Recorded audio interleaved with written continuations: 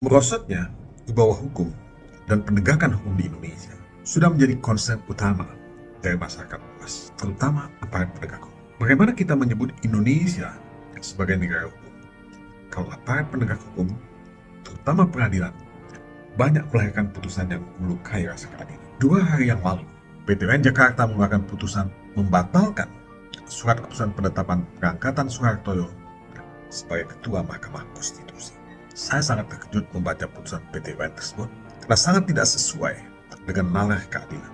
Tidak sesuai dengan konvensi ketatanegaraan, di mana pengangkatan Ketua Mahkamah Konstitusi atau juga Ketua Mahkamah Agung adalah urusan internal lembaga tersebut.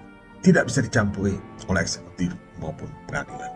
PT UN seharusnya memahami latar belakang mengapa ada surat keputusan penetapan Soehartoyo sebagai Ketua Mahkamah Konstitusi yang pada intinya adalah untuk mengisi kekosongan kursi Ketua Mahkamah Konstitusi karena adanya putusan Majelis Kehormatan Mahkamah Konstitusi atau MKMK yang memberhentikan Anwar Usman sebagai Ketua Mahkamah Konstitusi karena terbukti melanggar kode etik pasca dikeluarkannya putusan Mahkamah Konstitusi nomor 90 yang mengubah norma batas usia pencalonan presiden wakil presiden sehingga membuat Gibran Rakabuming Raka bisa menjadi wakil presiden walaupun batas usia pencalonan sebagai presiden dan wakil presiden dalam undang-undang disebutkan 40 tahun. Mahkamah Konstitusi melalui putusan MK nomor 90 mengubah norma tersebut, memungkinkan seseorang yang belum mencapai usia 40 tahun bisa eligible dicalonkan sebagai presiden atau wakil presiden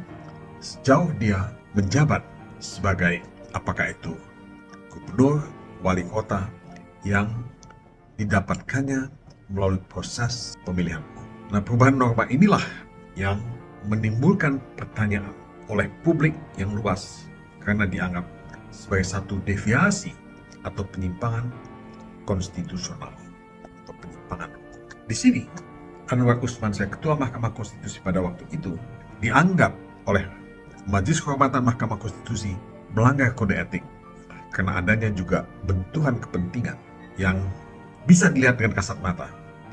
Kenapa? Karena Anwar Usman adalah paman dari Gibran Rakabuming Raka. Inilah yang mesti dipahami oleh siapapun, termasuk hakim PT UN. Nah, ketika Anwar Usman diberhentikan sebagai Ketua MK melalui putusan MKMK tersebut, ada kekosongan Ketua MK pada Mahkamah Konstitusi. Oleh sebab itu, MKMK meminta agar MK segera memilih Ketua Mahkamah Konstitusi. Jadi para hakim MK menjalankan putusan MKMK yang meminta MK untuk memilih Ketua MK yang baru untuk mengisi kosongnya kursi Ketua MK. Saya menyayangkan dikeluarkannya putusan PT UN yang membatalkan penetapan Soeharto sebagai Ketua Mahkamah Konstitusi. Putusan PT UN ini menciderai rasa keadilan, melanggar independensi lembaga peradilan, dalam hal ini Mahkamah Konstitusi.